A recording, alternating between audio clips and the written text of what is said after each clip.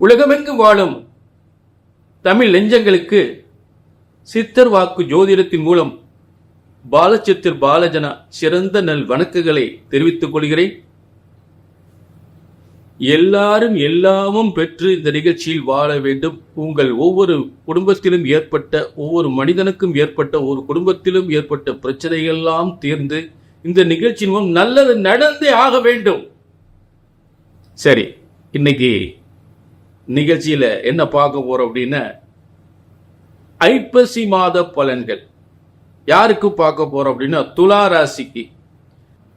ஒவ்வொரு மனிதனுடைய வாழ்க்கை என்பது மிகப்பெரிய பெருங்கடலில் பயணிப்பது போன்று. அப்படி அந்த பெருங்கடலில் அவன் வாழ்க்கை பயணிக்கும் பொழுது மிகப்பெரிய சோதனைகள், இயற்கையின் சீற்றங்கள், புயல், வெள்ளம், மழை என்று மிகப்பெரிய சோதனைகள் அந்த பயணத்தில் ஏற்படும்.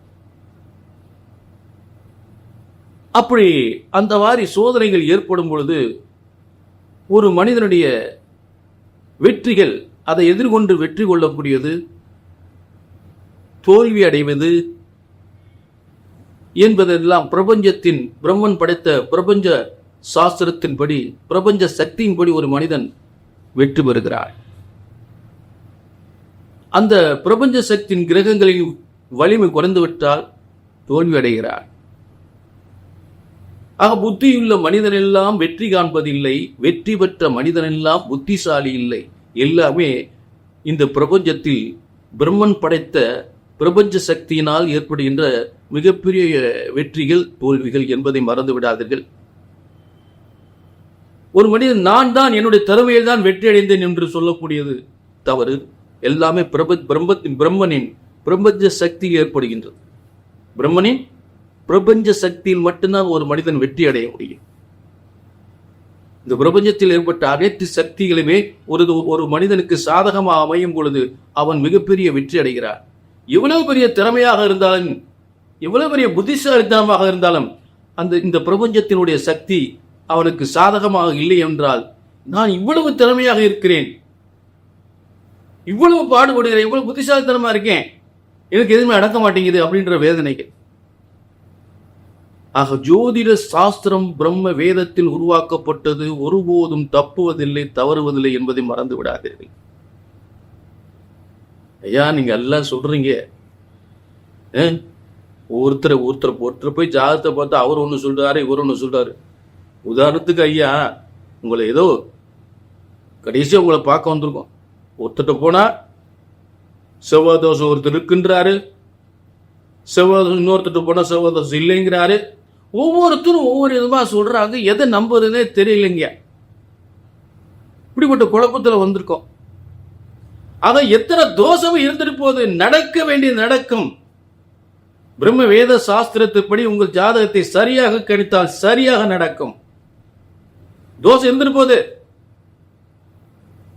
தோஷம் இருந்துட்டு போகுது, செவ்வாய் தோஷம் இருந்துட்டு போகுது, சர்ப்ப தோஷம் இருந்துட்டு போகுது, கலசர தோஷம் இருந்துட்டு போகுது. எது எப்ப நடக்கும் என்று சரியாக கணித்தால் சரியாக நடக்கும். ஏன் நிறைய இடத்துல ஜாதகத்தை பார்த்து அழுத்து சலுத்து போய் ரொம்ப வெந்து நொந்து போய் உட்கார்ந்துருக்கும். உங்களுக்கெல்லாம் நான் சொல்லக்கூடிய வார்த்தை இதுதான். நல்ல கவனிங்க. ஒரு ஜோதிடத்தின் பலன் சொன்னது நடக்கவில்லை என்றால் ஒன்று உங்கள் ஜாதகம் தவறாக இருக்க வேண்டும், இல்லை என்றால் ஜோதிடன் நான் தவறாக இருக்க வேண்டும் என்பதைத்தான் திரும்ப திரும்ப சொல்லிட்டு இருக்கேன். இதுதான் மறுக்க முடியாத உண்மை. சொன்னது நடக்கலைன்னா ஒண்ணு உங்க ஜாதகம் தப்பாருங்களே, ஜோசியம் நான் தப்பாருங்க. இதுதாங்க உண்மை. ஜோதிட சாஸ்திரம் ஒருபோதும் தப்புவதில்லை, தவறுவதில்லை. இந்த பிரபஞ்சத்தில் பிரபஞ்ச சக்தியை இந்த நவ கிரகங்களினால் உலகத்தை ஆட்டி படைத்துக் கொண்டிருக்கிறது. அத்தனை சக்திகள் இந்த பிரபஞ்சத்தில் நவ கிரகத்தின் மூலமே நடந்து கொண்டிருக்கிறது என்பதை ஒருபோதும் மறந்து விடக்கூடாது. ஆக உங்கள் பிரச்சனைகளை, கல்யாணம் முடியலையா, எத்தனை வருஷம் ஐயா 7-8 வருஷமா பொண்ணு பார்த்துக்கிட்டு இருக்கோம். ஏத்தாங்க 2 வருஷம் போனது, ஒருத்தர் போனா செவ்வாய் தோஷம் இருக்கின்றாரு, ஒருத்தர் போனா செவ்வாய் தோஷம் என்றாரு, ஒருத்தர் ஒவ்வொன்னு சொல்றாங்க. நாங்கள் என்னென்னமோ பரிகாரம் பண்ணி பார்த்துட்டோம். பையனுக்கு அரசாங்க வேலைக்கு முயற்சி பண்றான், அவனுக்கு வேலை கிடைக்க மாட்டேங்குது. அப்ப ஒரு நல்ல உத்தியோகம் கிடைக்கணும், நல்ல காலத்துல கல்யாணம் முடியணும், இதுக்கெல்லாம் எத்தனையோ இடத்துக்கு அலைஞ்சு திரிஞ்சு பார்த்து வேதனைப்பட்டு வந்திருக்குங்கய்யா. ஆக இப்படிப்பட்ட வேதனைக்கு வரக்கூடாது. எந்த பிரச்சனையா ஒரு முறை அப்படி ஜாதகத்தை தூக்கி உங்களுக்கு எல்லாம் சொல்லக்கூடிய உறுதியான உத்தரவாதம் தான். என்னென்ன பிரச்சனை உங்க இடத்துல ஒரு முறை ஜாதகத்தை அப்படி தூக்கி ஆச்சுன இது இந்த காலத்துல நடக்கும் என்றால் நடக்கும், நடந்தேயாகும், நடந்தே தீரும். அப்படி நடக்கல அப்படின்னா என்ன காரணம் அப்படின்னா சொல்லிட்டேன். ஒன்னும் உங்க ஜாதகத்தை பார்க்கணும், இல்லாட்டி ஜோசியத்தை பார்க்கணும். ஆக அதே போல ஒரு பரிகாரம் என்ற பிரம்ம வேத சாஸ்திரத்தில் சரியான பரிகாரம் ஒன்று உண்டு. அதை முறைப்படியாக ராகு திசை நடக்கும்போது செவ்வாதோஷம் பரிகாரம் பண்ணக்கூடாது. அதே போல சனி திசை நடக்கும்போது செவ்வாதோஷம் பரிகாரம் பண்ணக்கூடாது. இப்படி தப்பா பரிகாரம் பண்ணிட்டு நடக்கல. எந்த ஒரு பிரம்ம வேத சாஸ்திரத்தில் சரியான முறையில் சரியான பரிகாரத்தை சரியானபடி நிவர்த்தி செய்தால் நடக்காத காரியங்கள் நிச்சயமாக நடக்கும். ஆக நல்ல கவனிங்க. நீ எந்த விதத்திலும் கவலைப்பட வேண்டிய அவசியமே இல்லை. என்ன நடக்கல, கண்டிப்பா ஒரு முறை ஜாதகத்தை கையில் எடுக்க, கண்டிப்பாக சொன்னது நடக்கும், நடந்தே யாரும், நடந்தே தீரும். அதாவது ஒவ்வொரு மாதமும் சூரியன் இருக்கக்கூடிய மாதங்கள் தான் சூரியன் எந்தெந்த ராசியில் இருக்கிறாரோ அதுதான் மாதங்களா வரும், அதுதான் மாதங்களாக வரும். இப்ப சித்திரை மாதம் எடுத்துக்கிட்டா மேசராசி, சித்திரை மாதம் முழுவதுமே மேசராசியில சூரியன் இருப்பார். அப்படி வரிசையா வரும்போது இந்த ஐப்பசி மாசம் என்பது துலா ராசியில் சூரியன் இருக்கக்கூடிய ஒரு மாதம். அப்ப சூரியனே துலா ராசியில் இருக்கக்கூடிய ஒரு மாதத்தினுடைய சிறப்பு பலன்களை துலா ராசிக்கு நம்ம இன்னைக்கு பார்க்க போறோம். அதாவது சித்திரை மாசம் மேசத்துல, வைகாசி மாசம் ரிஷபத்துல, ஆனி மாசம் மிதுனத்துல, ஆடி மாசம் கடகத்துல, ஆவணி மாசம் சிம்மத்துல, புரட்டாசி மாசம் கன்னியில, ஐப்பசி மாசம் துளாராசியில சூரியன் இருக்கிறார். இப்படி வரிசையா ஒவ்வொரு மாதமும் சூரியன் இருக்கக்கூடிய மாதம். அப்படிப்பட்ட சூரியன் துளாராசியில் இருக்கக்கூடிய ஒரு சிறப்பான மாதத்தை பார்க்க போறோம். துளாராசியுடைய ஒரு சிறப்பு யோக பலன்களை நம்ம பார்க்க போறோம். ஆக பொதுவா இந்த நிகழ்ச்சி எனத்தையோ ஒரு கோச்சார பலன்கள் ஏதோ ஒரு பலன் சொன்னோம், எனத்தையோ அந்த இடத்துல உட்காந்து எனத்தையோ சொன்னோம் அப்படின்னு இருக்கக்கூடாது. அந்த மாதிரி இருக்கக்கூடாது. அதாவது இந்த நிகழ்ச்சி நிச்சயமாக உங்கள் ஒவ்வொருவரின் பிரச்சனைகள் தீர வேண்டும். அது ரொம்ப முக்கியம். ஆக வெறும் பலன் சொல்வது மட்டும் முக்கிய நோக்கம் அல்ல. ஒவ்வொருவருக்கும் என்னென்ன பிரச்சனைகள் இருக்கிறது, என்னென்ன வேதனைகள் இருக்கிறது, நிச்சயமாக அந்த வேதனைகளும் பிரச்சனைகளும் தீர வேண்டும் நிகழ்ச்சி. சரி, இன்னைக்கு நிச்சயமா அதை மாற்றமே இல்லை. இன்னைக்கு துலா ராசியுடைய பலன்களை நம்ம பார்ப்போம். இப்ப நல்ல கவனிங்க. ஐப்பசி மாதம் 1 முதல் 29 வரை 29 நாட்களுடைய சிறப்பு பலன்கள். இப்ப துலா ராசியுடைய கிரக அமைப்புகள் எப்படின்னு பார்ப்போம். துலா ராசியில இன்னைக்கு ஐப்பசி மாச கிரக அமைப்புகள் எப்படி இருக்குன்னு பார்ப்போம்.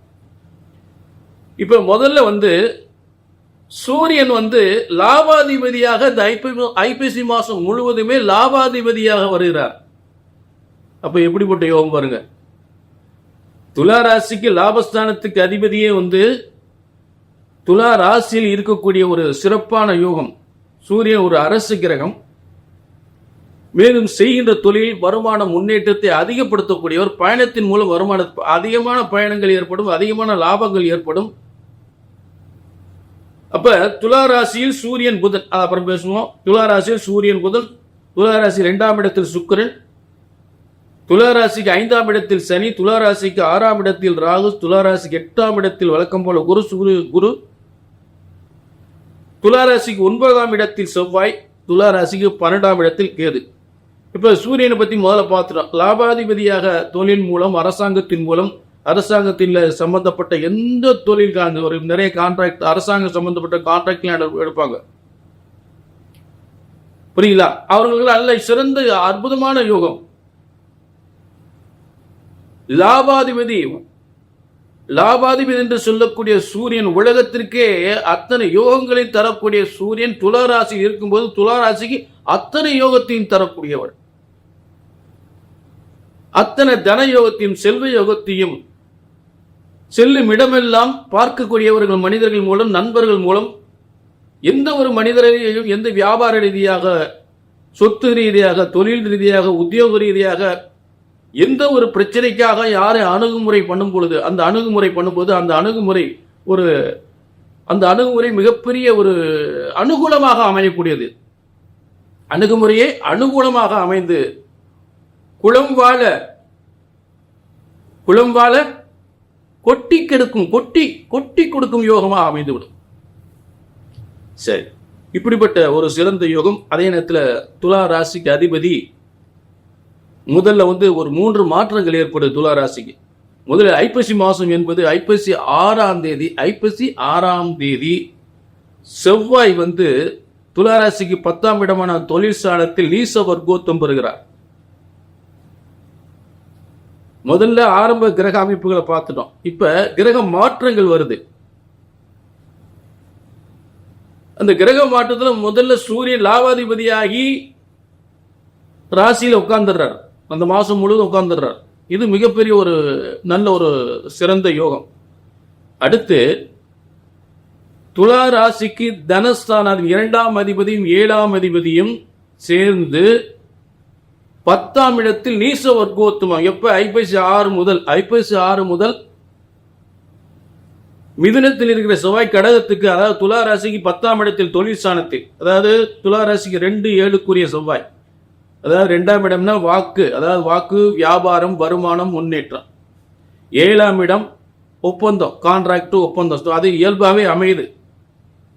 7ஆம் இடம் கான்ட்ராக்ட், ஒப்பந்தம். அடுத்து மனைவியால் யோகம், நண்பர்களால் யோகம், வெளிநாட்டு யோகம், இப்படி பல விஷயங்களை சொல்லிட்டு போலாம். அப்போ பூமிக ரியல் எஸ்டேட் பார்க்குறவங்க, உணவு சம்பந்தப்பட்ட தொழில் பார்க்குறவங்க, ரோடு கான்ட்ராக்ட் பார்க்குறவங்க, அரசாங்கத்தில் எலக்ட்ரானிக் சம்பந்தப்பட்ட கான்ட்ராக்ட் எடுத்தவங்க, அவங்களுக்கெல்லாம் நல்ல ஒரு முன்னேற்றமான காலம். நீச வர்க்கோத்தமம் உச்ச பலனை செய்யும். அரசாங்கத்தால் மிகப்பெரிய யோகத்தை அடையலாம். அரசாங்கத்தால் லாபத்தை அடையலாம்.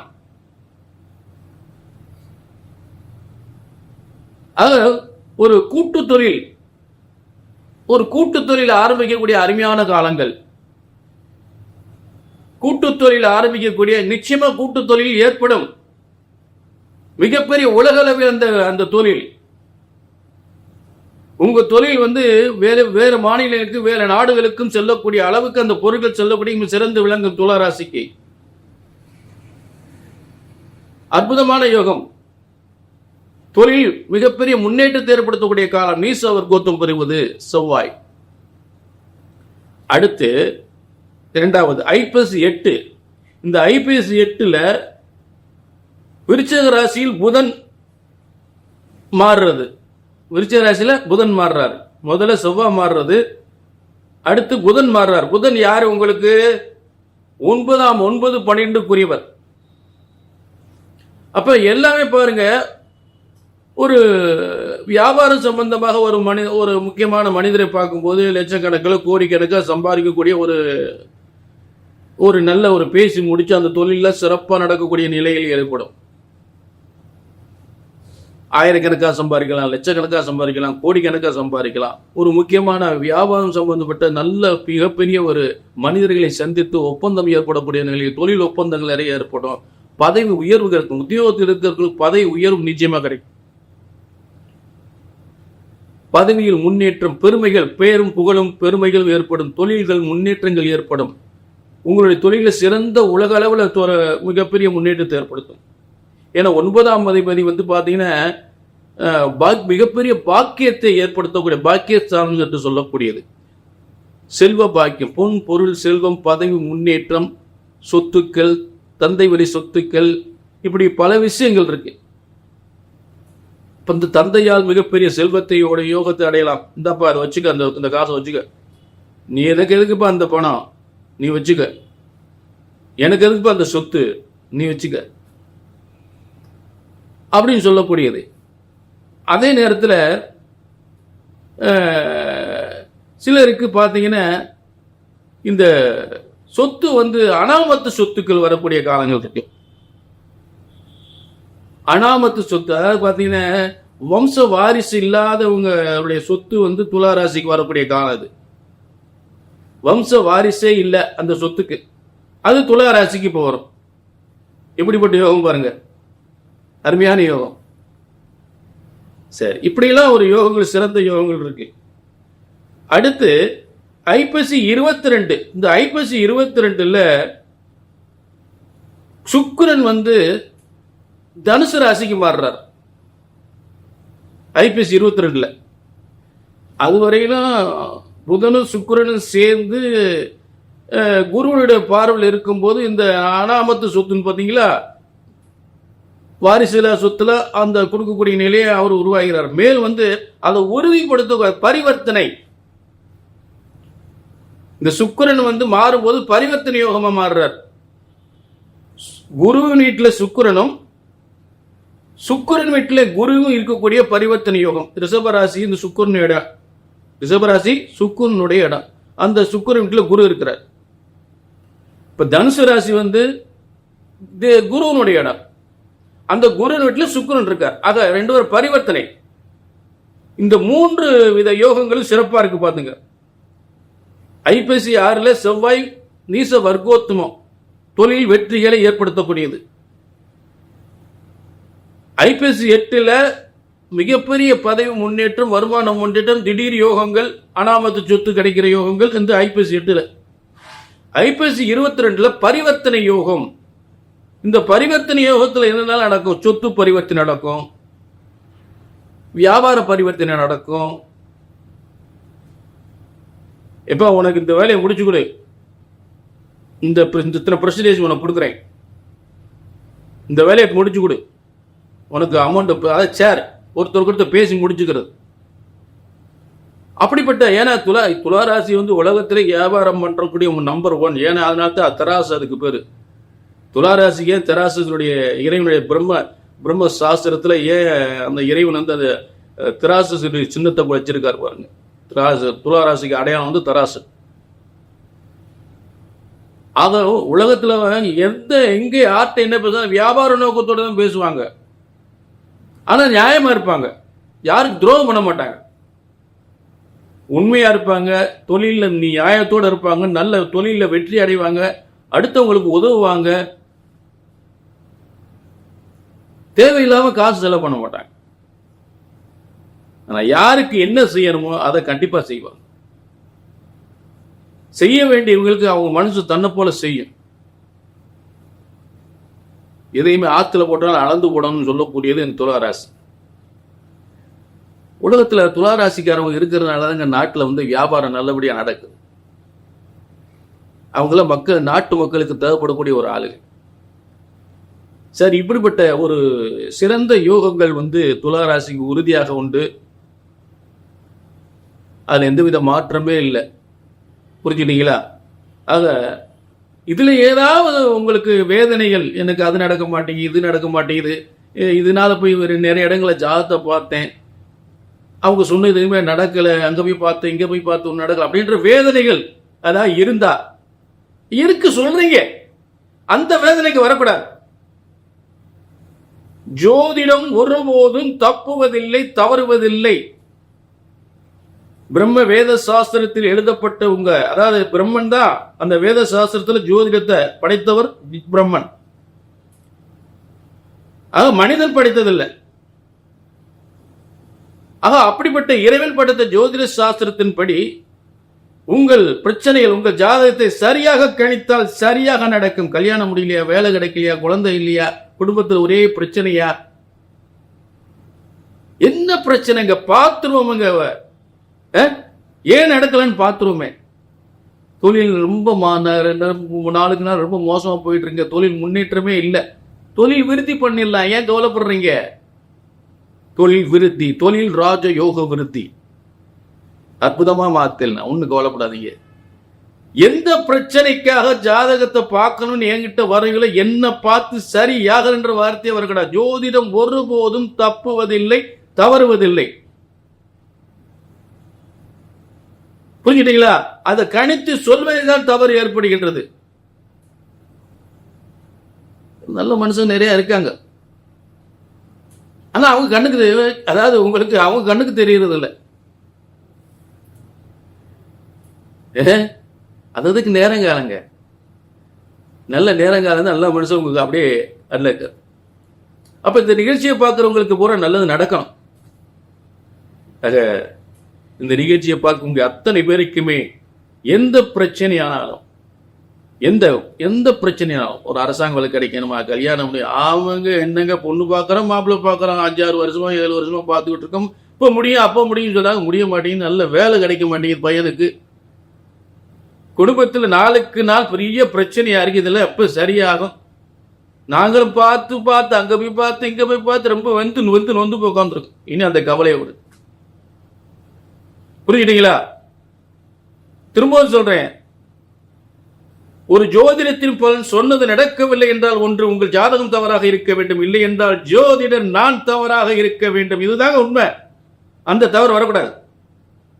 புரிஞ்சுட்டீங்களா? ஒன்னும் கவலை விடுங்க. எந்த பிரச்சனையாலும் ஒரு முறை ஜாதகத்துக்கு கையில் எடுங்க, சொன்னது நடக்கும், நடந்தேயாகும், நடந்தே தீரும். மீண்டும் ஒரு நல்ல நிகழ்ச்சி சந்திக்கும் வரை உங்களிடமிருந்து விடைபெறுகிறேன்.